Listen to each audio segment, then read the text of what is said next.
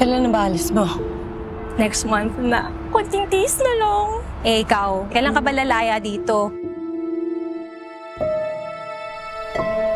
Kailan mo ba talagang tumuloy, anak? Kailangan natin. Babalik rin naman ako agad eh. Matagalan lang. Rose? Ma'am! Hello po. Nice to meet you po. Sigurado ako magkakasundo kayo. Pictures. I'll share with you. Pogi niyo, sir, ah.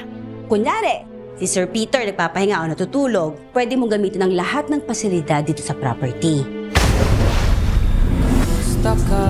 Tago mo. Dalawa lang kayo ni Sir Peter na maiiwan. Tayo ay huling nakita. Sir Peter, may nakapun dito sa resort. Punta po muna ako sa highway. Hihingi po ako ng tulong.